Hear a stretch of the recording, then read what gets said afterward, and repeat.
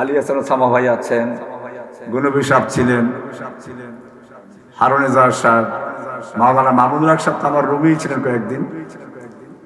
কিন্তু দুশ্মনরা প্রথম বুঝতে পারে নাই যে এই দুজন কারা, এই জন্য ওনাকে আমার বলে কি দিয়ে দিল, কারণ আমি নির্জন বাসে আছি, উনি বড় নেতা। কিন্তু ঘটনাক্রমে দেখে যে তো মুশকিল, এই পরে আর ওনাকে আমার কাছে তো দূরের কথা আর এক বিল্ডিং এ পাই না, ওই বিল্ডিং এ রাখে নেই। যাই হোক, আজমতে সাহাবা অত্যন্ত গুরুত্বপূর্ণ একটি বিষয়।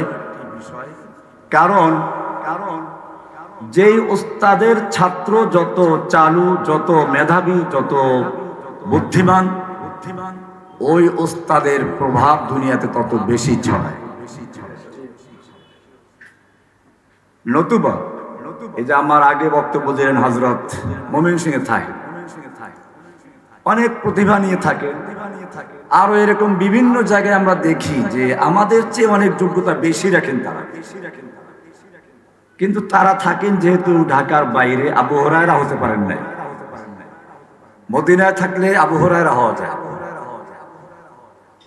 ইঙ্গিতে অনেক কথা বলতে হবে, বিস্তারিত বলা যাবে না। আবু হুরায়রা বলতে কি বলেছি,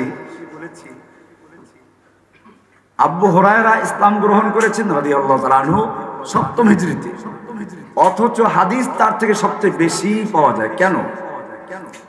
উনি মদিনায় থাকতেন, লোকেরা সবাই ওখানে গিয়ে হাজির হয়ে ওনাকেই পেতেন।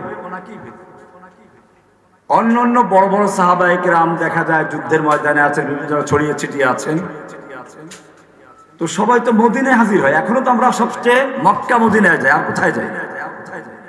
সৌদি আরবে আলম কি খালি মক্কা মদিনাতেই আছে, আর কোথাও নেই?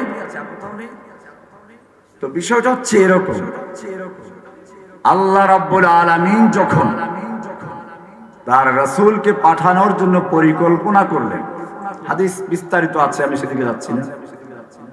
আল্লাহর রাসূলকে যেভাবে আল্লাহ তাআলা নির্বাচিত করেছেন, আল্লাহর নবীর সাহাবী হওয়ার জন্য ওই লোকগুলোকে নির্বাচন করেছেন। আব্দুল্লাহ ইবনে মাসউদ রাদিয়াল্লাহু তাআলা আনহু থেকে হাদিস হয়তো অনেকে আলোচনা করেছেন, প্রসিদ্ধ হাদিস, মান ইস্তান্না মিনকুম ফালিয়াস্তান্না বিমান ক্বাদ মাত। তোমাদের মধ্যে কেউ যদি কারো সুন্নাহ অনুসরণ করতে চায়, কারো আদর্শ অনুসরণ করতে চায়, ফালিয়াস্তান্না বিমান ক্বাদ মাত, সেজন্য ওই লোকদের সুন্নাহ অনুসরণ করে যারা মরে গেছে। মরে গেছে পড়লে তো মাজারের দিকে ইঙ্গিত যায়। এই জন্য সাহাবায়ে কেরাম রাসূলের মুকাদ্দারের জবাব দিতে ভুল করেন নাই। আল্লাহু আকবার। আল্লাহর নবীর সাহাবীদের কথাগুলো জামে মানে, সঙ্গে সঙ্গে সে সংসার নিরসন করে দিলেন, উলাইকা আসহাবু মুহাম্মদ সাল্লাল্লাহু আলাইহি ওয়াসাল্লাম। আমি যে এই মৃত্যু লোকদের কথা বলছি তারা অন্য কেউ না, তারা হচ্ছে মুহাম্মাদের সাহাবীরা। কানু আফদাল হাযিহিল উম্মাহ, তারা ছিলেন এই উম্মতের সবচেয়ে কৃম,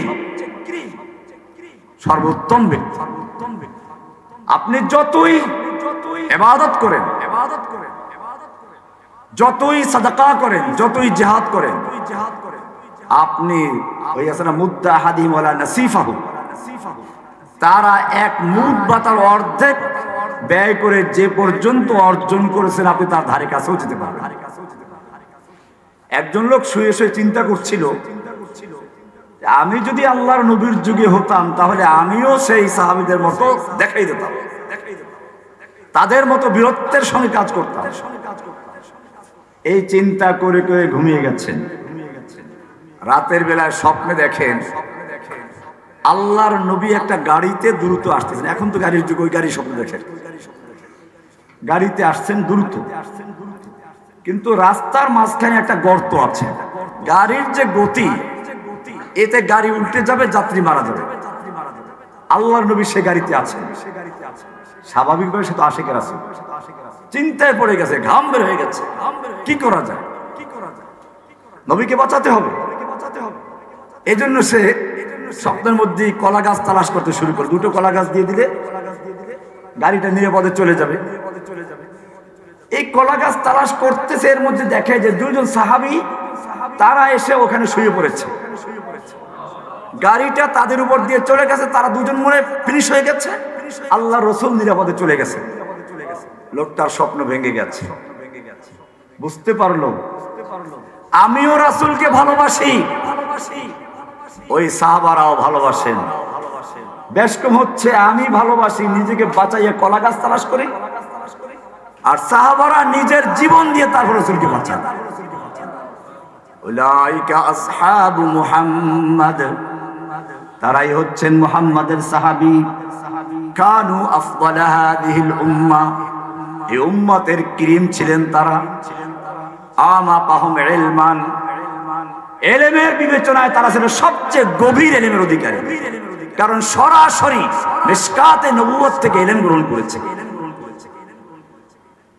আকাল্লাহুম তাকাল্লুফান, তাদের মধ্যে কোনো কৃত্রিমতা ছিল না। আমরা তো বলি একটা, করি আর একটা, অথবা যেটা করি না সেটা বলি, যেটা বলি সেটা করি না। কৃত্রিমতা, তাদের মধ্যে কৃত্রিমতা ছিল না। যেটা করতেন সেটাই বলতেন, যেটা বলতেন সেটাই করতেন। হকের ব্যাপারে কোনো আপোষ করতেন না। সবচেয়ে বড় কথা হচ্ছে এই, ইখতারাহুমুল্লাহু লিসুহবাতি নবিয়্যিহি ওয়া লিইকামাতি দীনিহি, আল্লাহ তাদেরকে নির্বাচন করেছেন আল্লাহর নবীর সাহাবী হওয়ার জন্য। তোমাকে আমাকে নির্বাচন করেন নাই। যারা সাহাবীদের মর্যাদা নিয়ে কথা বলে ভেবে দেখা উচিত। আপনি চিন্তা করেন, আমি হলে আমিও হতে পারতাম। আপনি যে আবু বকর হবেন তার নিশ্চয় আছে, আপনি তো আবু জাহেল হতে পারতেন। আপনি যে আবু তালেব হবেন তারও তো নিশ্চয়তা নাই, আপনি তো আবু লাহাব হতে পারতেন। আপনাকে আমাকে আল্লাহ তাআলা সেই জন্য ওই যুগে পাঠান নাই, তাদেরকে পাঠিয়েছেন। ইখতারাহুমুল্লাহু লিসুহবাতি নবিয়্যিহি ওয়া লিইকামাতি দীনিহি, আল্লাহ তাআলা তাদেরকে তার নবীর সাহাবী হওয়ার জন্য এবং তাদের মাধ্যমে দ্বীন কায়েমের জন্য তাদেরকে নির্বাচন করেছেন। ফাআরিফু ফাযলাহুম, সুতরাং তোমরা তাদের মর্যাদা বুঝো, মর্যাদা উপলব্ধি করো। তারা কারা ছিল? তারা পরীক্ষা দিয়েছেন আল্লাহর নবীর সাহাবী কারা। আমরা যদি বলি ইব্রাহিম আলাইহিস সালাম বাইতুল্লাহ নির্মাণ করেছেন ইসমাইলকে নিয়ে, বাইতুল্লাহ একটা মাদ্রাসা, তাওহীদের কেন্দ্র। নির্মাতা হচ্ছেন কে? আল্লাহ। নির্মাতা ইব্রাহিম, খলিলুল্লাহ ইসমাইল। কথাগুলো খেয়াল রাখবেন। ইব্রাহিম খলিলুল্লাহ, ইসমাইল মাদ্রাসার প্রতিষ্ঠাতা। মাদ্রাসার শিক্ষকের দরকার। রব্বানা ওয়াবআস ফীহিম রাসূলাম মিনহুম ইয়াতলু আলাইহিম আয়াতিক। এগুলো রহস্যপূর্ণ আয়াত। ইব্রাহিম আলাইহিস সালাম এখানে গুরুত্বপূর্ণ কয়েকটা তিনটা দোয়া করেছেন। এক নম্বর দোয়া ছিল ওয়াইয ইয়ারফাউ ইব্রাহিমুল কওয়াইদা মিনাল বাইতি ওয়া ইসমাঈল রব্বানা তাকাব্বাল মিন্না ইন্নাকা আনতাস সামিউল আলিম। ইব্রাহিম আর ইসমাঈল মিলে যখন খানায়ে কাবা নির্মাণ করছিলেন, সে সময় প্রথম দোয়া করলেন, আল্লাহ তোমার জন্য ঘর নির্মাণ করলাম, মাদ্রাসা নির্মাণ করলাম, মসজিদ নির্মাণ করলাম, তোমার যোগ্যের কাছে গ্রহণযোগ্য হলো না, এর চেয়ে আমার তো কি জানি, এর চেয়ে তো আর ক্ষতির কিছু নেই। আল্লাহ তুমি মেহেরবানি করে কবুল করে নাও। প্রথম দোয়া কবুলের।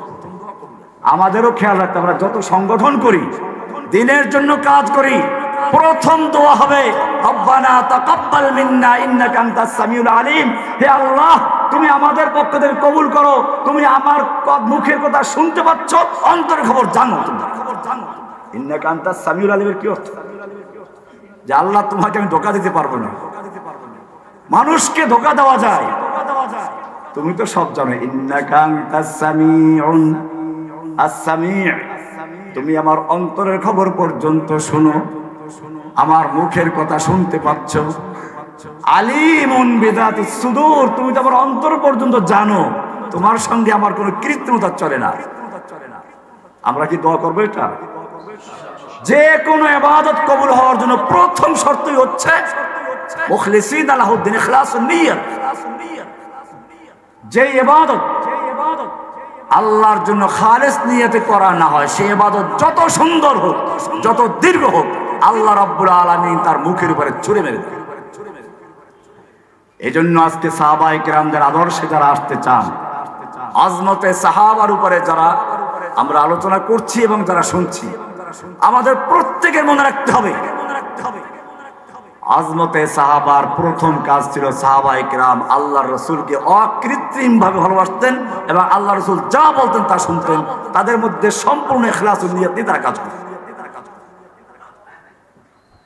2 নাম্বার দোয়া করলেন, কবুল তো হলো, প্রতিষ্ঠান কবুল হয়ে গেছে, কিন্তু মুহতামিম সাহেব নিজে তার ছেলেদেরকে মাদ্রাসায় পড়ায় না। আছে না কপাল পড়া এরকম? মনে হয় যেন তিনি মাদ্রাসায় পড়ে ঠকেছেন, নিজের ছেলে মেয়ে সবগুলোকে আমেরিকাতে বা ইংলিশ মিডিয়াম স্কুলে ভর্তি করাই আর গর্ব করে। কি করে?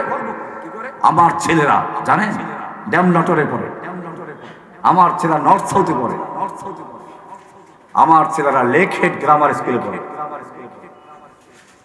গর্ব করে। ইব্রাহিম আলাইহিস সালাম কি বলেন শুনুন, রব্বানা ওয়াজআলনা মুসলিমাইন লাকা ওয়া মিন যুররিয়্যাতিনা উম্মাতাম মুসলিমাতান লাক ওয়া আরিনা মানাসিকানা ওয়া তুব আলাইনা। কি সুন্দর দোয়া, রব্বানা ওয়াজআলনা মুসলিমাইন লাকা। হে আল্লাহ, আমি আর আমার পুত্র ইব্রাহিম দুজন মিলে ঘর তৈরি করছি, এমন পোড়া কপাল যেন না হয় যে আমরা এই ঘরে ইবাদত করতে পারছি না, তোমার আনুগত্য করতে পারছি না। আল্লাহ মেহেরবানি করে আমাদের দুজনকে সব সময় তোমার আনুগত্যশীল বানিয়ে দাও। এই দোয়া করবো কিনা? যে যে সংগঠন করেন, ইসলামের কাজ করেন, মনে রাখবেন আপনি ঠকেন নাই, নিজের উপর আস্থা রাখেন। আপনিও যেমন দিনের সৈনিক, আপনার সন্তানদেরকে, ভাইকে, ভাতিজাকে এদিকে নিয়ে আসবেন। যখন দেখবেন কোন আলেম নিজে দিনের কথা বলছে, দিনের অনেক কাজ করছে, অথচ সন্তানদেরকে এই কাজে আনে নাই, বুঝতে হবে তার মুখের কথা ওই পর্যন্তই, লা ইয়াবলুগু হানাজিরা কুলুবাহুম, কি হাদিসটা মানে যে তাদের অন্তরে এই কথাটা নাই, এটা গলা পর্যন্ত শেষ। কারণ যদি অন্তরে থাকতো তাহলে কি করতো? সে তার সন্তানদেরকে পথে নিয়ে আসতো। ইব্রাহিম আলাইহিস সালাম শিখে গেছে, ওয়াজআলনা মুসলিমাইন লাকা ওয়া মিন যুররিয়্যাতিনা উম্মাতাম মুসলিমা। তাফসীর আমরা দেখে আমি ইঙ্গিত দিয়ে যাচ্ছি, কারণ জরুরি কথা অনেক সামনে আছে। 3 নাম্বার দোয়া যেটা, এটা মূল আলোচনা, রব্বানা ওয়া বা'আস ফীহিম রাসূলাম মিনহুম ইয়াতলু আলাইহিম আয়াতিক। আল্লাহ, আমি তোমার জন্য ঘর তৈরি করেছি, মাদ্রাসা তৈরি করেছি, শিক্ষা দাও। ওয়াবা'আস ফীহিম রাসূলাম মিনহুম, তুমি তাদের মধ্যে তাদের থেকে একজন রাসূল দাও। রাসূল মানুষ কিনা, কিসের তৈরি? এক আয়াতে সব ফিনিশ। আমার সন্তানরা যে জিনিস দ্বারা তৈরি, যে জাতের, ওয়াবা'আস ফীহিম রাসূলাম মিনহুম, তাদের মধ্যে একজন রাসূল পাঠাও, তাদের থেকে তারা যে জাতের, যে জিনিস দিয়ে তৈরি, সেই জাতের, সেই জিনিস দিয়ে তৈরি, তাদের মতো একজন লোক পাঠাও। আর তাফসীর দরকার আছে কিছু? কাজ করবে কি? ইয়াতলু আলাইহিম আয়াতিক, যার কাজ হবে আপনার আয়াতকে তেলাওয়াত করবে। কি করবে? প্রথম কাজ কি? আপনার আয়াতকে তেলাওয়াত করে করে, আপনার কিতাবের আয়াত তেলাওয়াত করে করে এই মাদ্রাসার দরদেওয়ারকে আবাদ করবে। এখান থেকে শিক্ষা দিবে। বুঝা গেল তেলাওয়াত একটা স্বতন্ত্র বিষয়। অনেক ভাইয়েরা, আমি বিশেষ করে সাধারণ শিক্ষিত, যারা শিক্ষিত ভাইদেরকে বলবো, তোমরা অনেক সময় অনেক কথা বিভিন্ন জন থেকে শুনো, কিন্তু তোমাদের পরিচয়টা তোমার রহমানির ছাত্র। অন্য জায়গার থেকে শুনে যেটা প্রচার করো তাও রহমানি নামে চলে যায়। আমি কি আমার কোন লেকচারে বলেছি কোরআন তেলাওয়াত করে না বুঝে তেলাওয়াত করে কোনো সওয়াব পাওয়া যাবে না? আমার প্রত্যেকটা লেকচারে আছে যে কোরআন যদি কোনো ব্যক্তি না বুঝে পড়ে তারপরও সে সওয়াব পাবে। কারণ এই আয়াত বলছে, নবীর এখানে কয়েকটা দায়িত্ব, 4টা দায়িত্ব। তার একটা হচ্ছে ইয়াতলু আলাইহিম আয়াতিক, তিনি আয়াত, আল্লাহ তোমার আয়াতকে তেলাওয়াত করবেন। বুঝো, তেলাওয়াত করা একটা স্বতন্ত্র কাজ। আল্লাহর রাসূল সাল্লাল্লাহু আলাইহি ওয়াসাল্লাম হাদিস বলেছেন যে কোরআনের একটা হরফ বলে 10 নেকি পাবে না। এর উদাহরণ দিয়েছেন কি দিয়ে? উদাহরণ দিয়েছেন যেটা দিয়ে, সেটার অর্থ কেউ জানে না। প্রথম উদাহরণটাই তো হচ্ছে না জানে, না বুঝে পড়া। লা আকুলু আলিফ লাম মিম হরফুন বাল আলিফুন হরফুন লামুন হরফুন মিমুন হরফুন। আমি বলছি না যে আলিফ লাম মিম পুরোটা মিলে একটা হরফ। আলিফ একটা হরফ, লাম একটা হরফ, মিম একটা হরফ, তিনটা হরফ। যাই হোক, আলোচ্য বিষয় সামনে। 2 নম্বর দোয়া হলো কি? ইয়াতলু আলাইহিম আয়াতিকা ওয়া ইউআল্লিমুহুল কিতাবা ওয়াল হিকমা, কিতাব ও হিকমার তালিম দিবেন। ওয়া ইউযাক্কিহিম, তাজকিয়া করবেন। তাজকিয়া মানে আত্মাকে শুদ্ধ করবেন, অর্থাৎ পরিচ্ছন্ন করবেন। আপনারা জানেন একটা পুরাতন বিল্ডিং এর রং করলে মানুষ আগে কি করে? পুরাতন রংটা ঘষে মেজে ধুয়ে মুছে পরিষ্কার করে নেয়, এরপরে নতুন রং করে। তাজকিয়া হচ্ছে এরকম বিষয়। কিন্তু এখানে একটা প্রশ্ন আসে, তাজকিয়া কি আগে হয় তারপরে মানে ঘষা মাজা আগে হয় তারপরে রং করা হয়? বিষয় এরকম না। কিন্তু আয়াতের মধ্যে তাজকিয়া গেছে শেষে। ইব্রাহিম আলাইহিস সালাম সেজন্য যে দোয়া করে আল্লাহ তাআলা সে দোয়া কবুল করে বললেন, হুয়াল্লাযী আরসালা রাসূলাহু হুয়াল্লাযী বাআসা ফিল উম্মিয়িনা রাসূলাম মিনহুম ইয়াতলু আলাইহিম আয়াতিক ওয়া ইউযাক্কিহিম। আগে নিয়ে আসছে, কারণ হচ্ছে এই ইব্রাহিমের দোয়ার মধ্যে ওয়া ইউযাক্কিহিম ছিল শেষে, অথচ তাজকিয়া হয় আগে, তারপরে নতুন রং করা হয়। এজন্য আল্লাহ তাআলা ঘুরিয়ে বললেন, হুয়াল্লাযী বাআসা ফিল উম্মিয়িনা রাসূলাম মিনহুম। প্রথম দোয়া কবুল হয়ে গেছে। আল্লাহ রাসূল পাঠাবেন তাদের থেকেই, ইব্রাহিমের সন্তানদের মধ্য থেকেই পাঠাবেন। সন্তানরা যে জাতের, যেই জিনিস দিয়ে তৈরি, সেই জাতের সেই জিনিসের তৈরি। ঠিক আছে। ইয়াতলু আলাইহিম আয়াতিক, আল্লাহর আয়াত তেলাওয়াত করবেন, তাও ঠিক আছে। তেলাওয়াতের ঘষা দিয়ে, কোরআন দিয়ে আত্মার যত শিরক বিদআত সবগুলোকে পরিষ্কার পরিচ্ছন্ন করে দিবেন। বোঝা গেল তাজকিয়ার প্রথম অস্ত্র হচ্ছে কোরআনের আয়াত। তাজকিয়ার প্রথম অংশ কি? অস্ত্র কি? কোরআনের আয়াতের রেত দিয়ে, তাওহীদের রেত দিয়ে ঘষে মেজে অন্তরের যত জং আছে সব জং কি করে পরিষ্কার করবে। ইয়াতলু আলাইহিম, ইয়াতলু আলাইহিম আয়াতিকা ওয়া ইউযাক্কিহিম, ইয়াতলু আলাইহিম আয়াতিহি ওয়া ইউযাক্কিহিম। কোরআনের আয়াত তেলাওয়াত করে করে তেলাওয়াতের রেত দিয়ে ঘষে ঘষে ওয়া ইউযাক্কিহিম, তাদের আত্মাকে পরিচ্ছন্ন করবেন। ক্লিয়ার? এবারে আত্মা পরিচ্ছন্ন হয়ে গেছে, নতুন রং করো। ওয়া ইউআল্লিমুহুমুল কিতাবা ওয়াল হিকমা, কিতাব ও হিকমতের তালিম দিবেন। তালিম দিলেন কাদেরকে? সরাসরি এই লোকগুলোকে, সাহাবায়ে কেরামদেরকে। এবারে ছাত্র পাওয়া গেল তো। এবারে আসুন তাহলে কেমনে মিলাবো আমরা? আসহাবে রাসূলদের মাদ্রাসার নাম বাইতুল্লাহ। মাদ্রাসার নাম কি? মাদ্রাসার শিক্ষক পেয়ে গেলাম মুহাম্মাদুর। ছাত্রদের ব্যাপারটা পরে আসতেছে। মাদ্রাসার প্রতিষ্ঠাতাকে ইব্রাহিম খলিলুল্লাহ ইসমাইল জবিহুল্লাহ। মাদ্রাসা প্রতিষ্ঠাতাকে বলুন? ইব্রাহিম খলিলুল্লাহ ইসমাইল জবিহুল্লাহ। মাদ্রাসার শিক্ষকের নাম কি? মুহাম্মাদুর রাসূলুল্লাহ। এবারে মাদ্রাসার নিসাবে তালিমের নাম কি? কিতাবুল্লাহ কালামুল্লাহ। নিসাবে তালিম পাওয়া না? এবারে ছাত্রদের নাম কি? উলাইকা হিজবুল্লাহ। ছাত্ররা কারা? হিজবুল্লাহ, আল্লাহর দল। এই আল্লাহর দল বাংলাদেশের দল ওইটা না। মুশকিলটা হচ্ছে এই, কোরআন হাদিসে যেখানে ভালো একটা নাম পাওয়া যায় এই নামটা এক দলে নিজেদের খাস করে নিয়ে নেয়। আরে বাবা, তুমি যদি হিজবুল্লাহ হও তাহলে তুমি তো বাকিদেরকে হিজবুল শয়তান বানিয়ে দিয়েছো। কারণ দল তো দুইটা, একটা হিজবুল্লাহ একটা হিজবুল শয়তান। তো তোমার এই 100 লোক যদি হিজবুল্লাহ হয় তাহলে বাকি কোটি কোটি মুসলিমদেরকে তুমি হিজবুল শয়তানের দলে বানিয়ে দিয়েছো। নাম দেওয়ার ক্ষেত্রে সাবধান থাকতে হবে। নাম কেবল পাইলি দিন। কেউ দিল জামাতুল মুসলিমিন। এবার তোরা 10 জন মুসলমান জামাতুল মুসলিম হয়ে গেছে, বাকিরা কারা? এখন ফালজাম জামাতুল মুসলিমিন। আল্লাহ রাসূল বলেছেন যখন কোন দল থাকে তখন জামাতুল মুসলিমিনকে ধরো। কাজে এই যে জামাতুল মুসলিম 10 জনের দল একটা পাওয়া গেছে। মুশকিল হচ্ছে এখানে। আমি দল করা নাজায়েজ বলি না, সেটা একটা সিফাতের উপর হতে পারে। আনসার মুহাজির নাম আছে, কিন্তু দলগুলো করতে চিন্তা করতে হবে।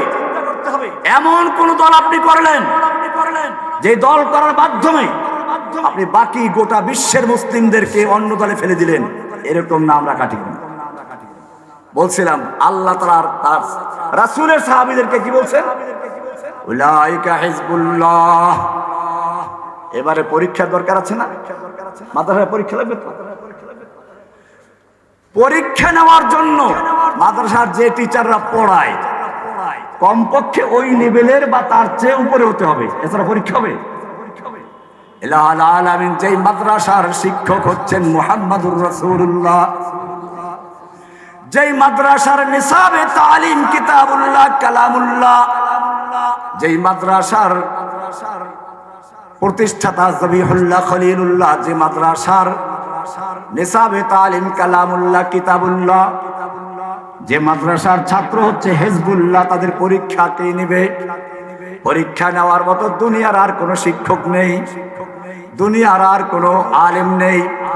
আল্লাহ তাআলা বলছেন উলাইকাল্লাযীনা ইমতাহানাল্লাহ। আল্লাহর রাসূলের ছাত্রদের পরীক্ষা স্বয়ং আল্লাহ নিজেই করে নিয়েছেন, বলে সুবহানাল্লাহ। এবারে পরীক্ষা কোথায় হলো? পরীক্ষা হলো বদরে, পরীক্ষা হচ্ছে উহুদে, পরীক্ষা হচ্ছে হুনাইনে, পরীক্ষা হচ্ছে তাবুকের ময়দানে, পরীক্ষা হচ্ছে হুদায়বিয়ার ময়দানে। উলাইকাল্লাযীনা ইমতাহানাল্লাহ। পরীক্ষা হচ্ছে উত্তপ্ত রোদে শহীদ দিয়ে বুকে পাথর চাপা দেওয়া, এই অবস্থায় কাটিয়ে দেওয়া। আমাকে একদিন এই লাস্টে যে গুম করলো, সারাটা দিন আমাকে গাড়ির ভিতরে, একটা গাড়ির ভিতরে এসি বন্ধ করে দিয়ে লক আপ করে দিয়ে রোদের ভিতরে রেখে দিল, ওই যে গারদের সামনে যে জায়গাটা, এই জায়গায় আমি গাড়িতে বসে মরতেছি, অথচ দেখেন আশপাশে হাজার হাজার লোক যাচ্ছে, কেউ বুঝতেছে না এখানে একটা লোক মারা যাচ্ছে। সারাটা দিন রাখার একটু পর গিয়ে বড় রহমান সাহেব এখনো রাজি হন। আমার মনে পড়লো শাইখুল হাদিস আল্লামা আজিজুল হক সাহেব আমাদের ক্লাসে একটা গল্প করতেন, যে একজন স্বাধীনতার পরে এক বিহারীকে ধরছে মুক্তিযোদ্ধারা, ধরে বলছে ক জয় বাংলা, বল জয় বাংলা কা। ওই বিহারি বলছে ও নেই বলেগা, তো ওরে মারা শুরু করলো, মারতে মারতে এক রক্তাক্ত করে ফেললো। আবার জিজ্ঞেস করে বল জয় বাংলা ক, ওই একই উত্তর ও নেই বলেগা। লাস্টে সে মরেই গেল।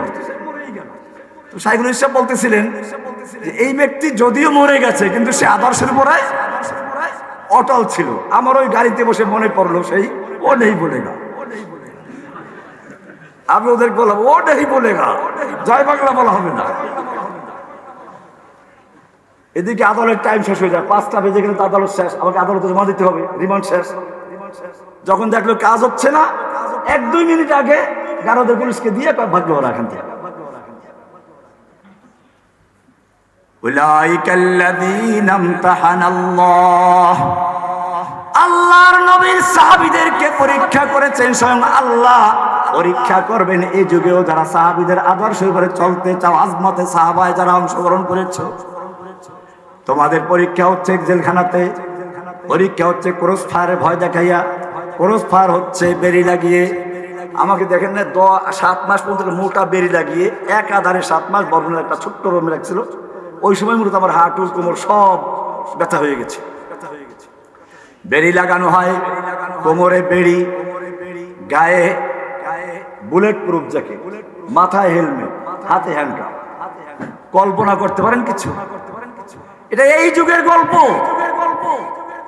পরীক্ষা বাড়িঘর নিয়ে, আমার বাড়িঘর পর্যন্ত নিয়ে গেছে।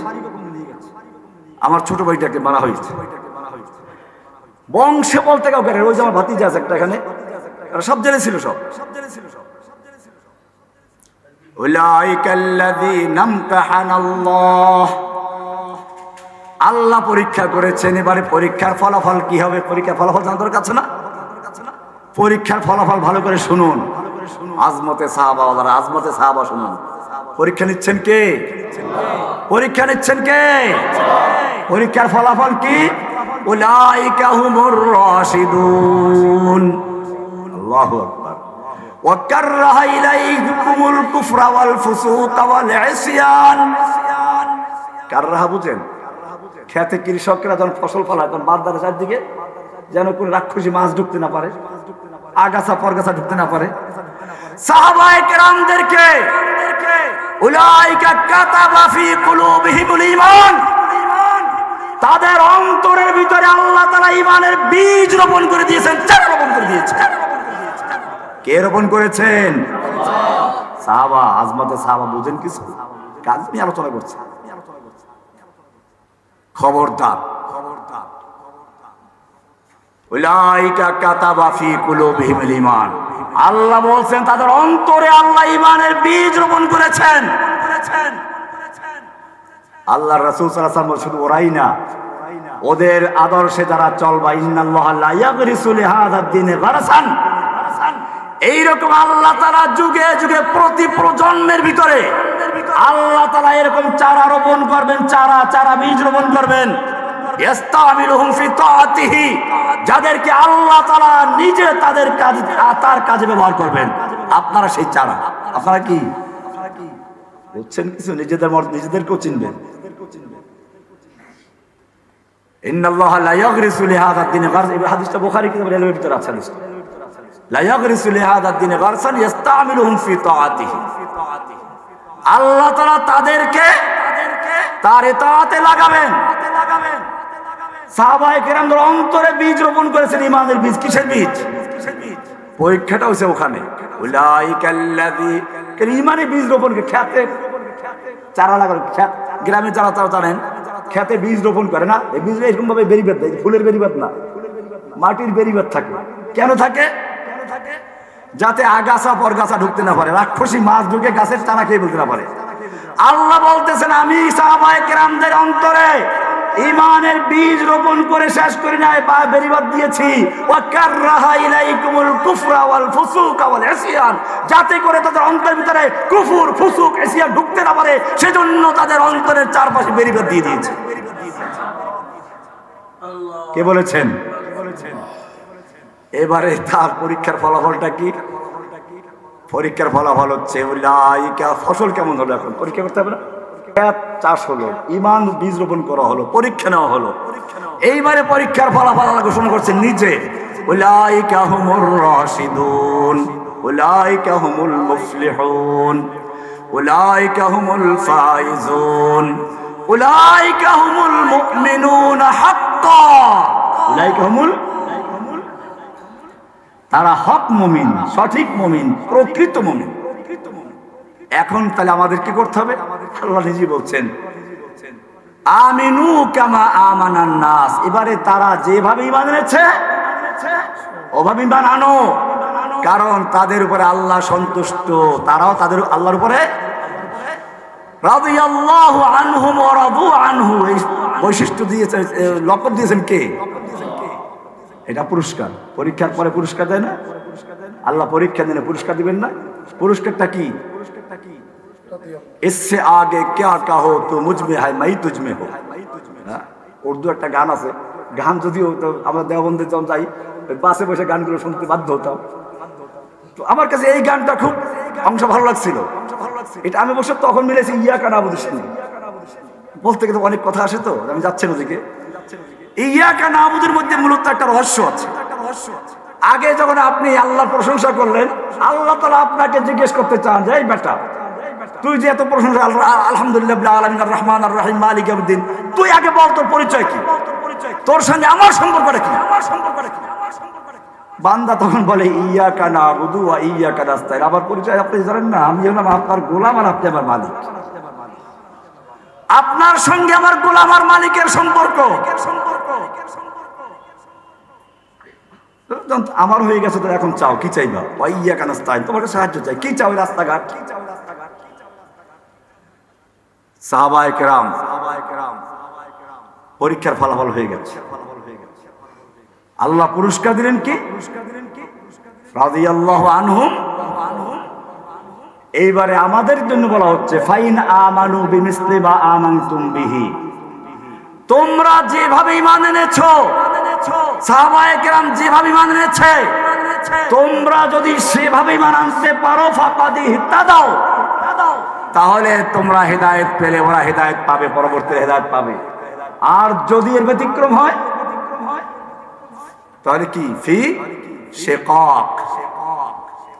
ভাইরা আমার, আজমতে সাহাবা, সাহাবায়ে কেরামদের শান মর্যাদা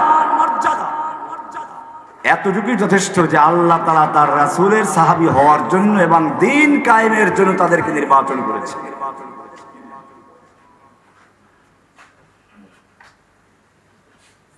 चलना सीखते थे अगर जंग में लड़ जाते थे, पांव शेरों के भी मैदान में उखड़ जाते थे।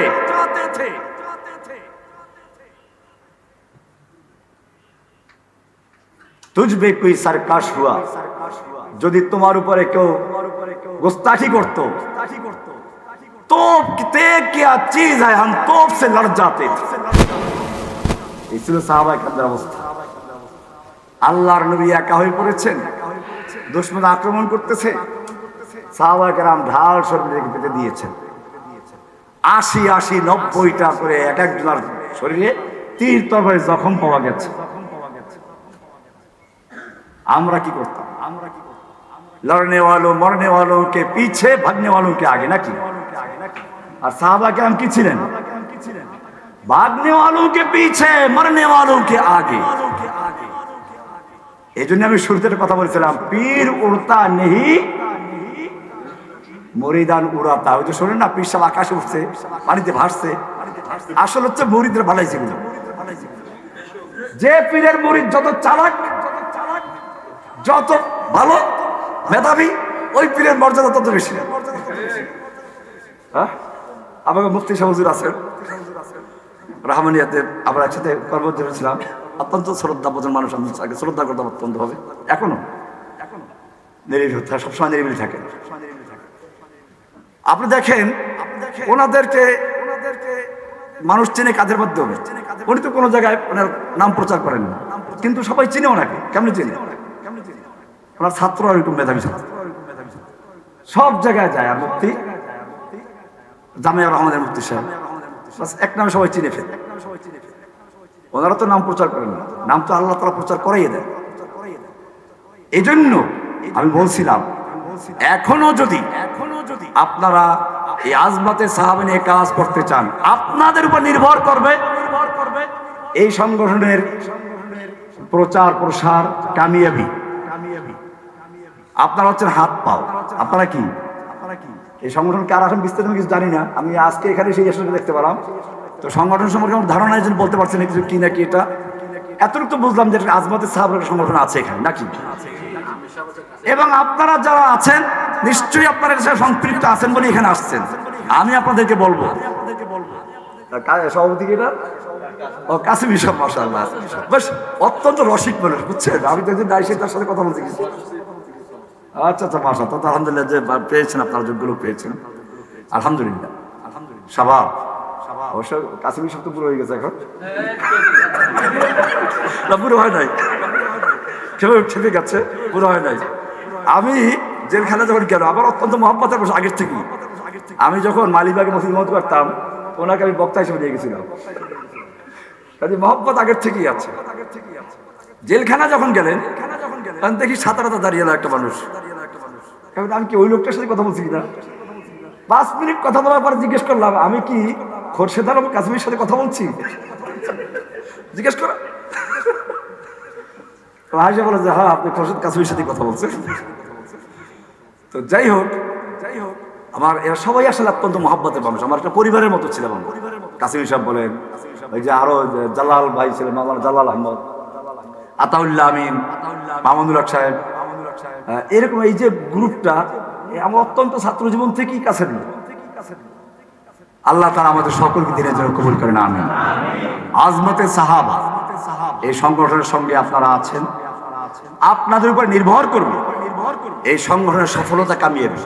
সেজন্য প্রথমে আপনাদের প্রত্যেকের ভিতরে চেষ্টা করতে হবে সাহাবায়ে কেরামদের আদর্শ নিজের মনের ভিতরে তৈরি করা। এরপরে মানুষের সঙ্গে সেই সাহাবায়ে কেরামদের মতো আচরণ করা। সাহাবায়ে কেরামরা যে সব জায়গায় ছড়িয়ে গেছেন, হ্যাঁ, তারা কাজ করেছেন, তাদের মধ্যে বিজয় আসছে। আপনাদের সেইভাবে কাজ করতে হবে। সাহাবায়ে কেরামদের শানে রিসালাতের উপর আক্রমণ আসলে পরে আপনাদেরকে ময়দানে ঝাঁপিয়ে পড়তে হবে, কলা গাছ দিয়ে না, কি দিয়ে? এটা মনে রাখবেন।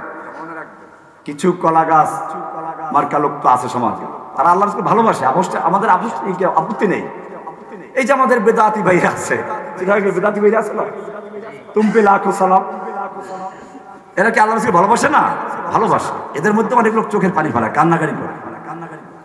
সবাই যে কাল মিষ্টি খাওয়া যাচ্ছে না, অনেকেই ভালোবাসে, মহব্বত করে রাসূলকে, এতে কোনো সন্দেহ নাই। কিন্তু মুশকিলটা হচ্ছে মহব্বত করে কলা গাছ তালাশ করতে গিয়া। আপনারা কি কলা গাছ তালাশ করবেন নাকি নিজের জীবনটা দিয়ে দিবেন?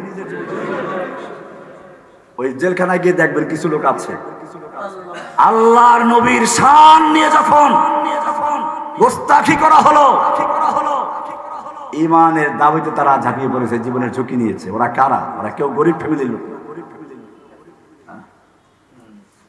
আলহামদুলিল্লাহ তারা এখন হাসি খুশি আছে, কিন্তু আমাদের দায়িত্ব আছে, আমাদের দায়িত্ব আছে তাদেরকে মুক্ত করা। সাহাবায়ে কেরাম যেভাবে আল্লাহর রাসূলের গায়ে কোনো তীর আসতে না পারে, তরবারি আসতে না পারে, নিজেকে ঢাল স্বরূপ পেতে দিয়েছিলেন।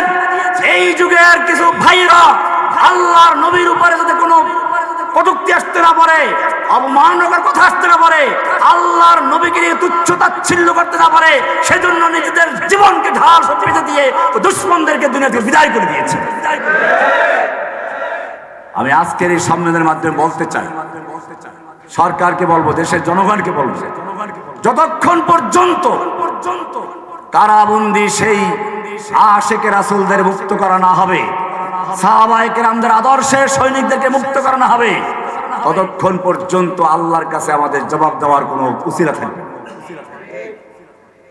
আল্লাহ তাআলা তৌফিক দান করুন যেন আমরা সকলেই নিজেদের ভিতরে সাহাবায়ে কেরামদের আজমত আদর্শ প্রতিষ্ঠা করতে পারি, এবং সাহাবায়ে কেরাম যেভাবে সারা দুনিয়ায় দ্বীনকে ছড়িয়ে দিয়েছিলেন, আমাদের মাধ্যমে আল্লাহ তাআলা যেন বাংলার জমিনে আল্লাহর দ্বীনকে বিজয়ী করেন।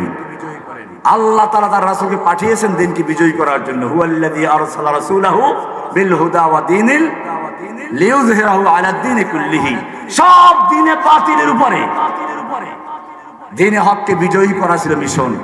আমাদেরও সেই মিশন, আপনাদেরকে আসতে হবে। আমি ছাত্র জীবনে আবুল কালাম আজাদ সাহেব, আমাদের এই যে ওনার আব্বা, তখন আমি লালবাগে পড়ি, লালবাগ মাদ্রাসায় ছাত্র, নিচের দিকে ছাত্র।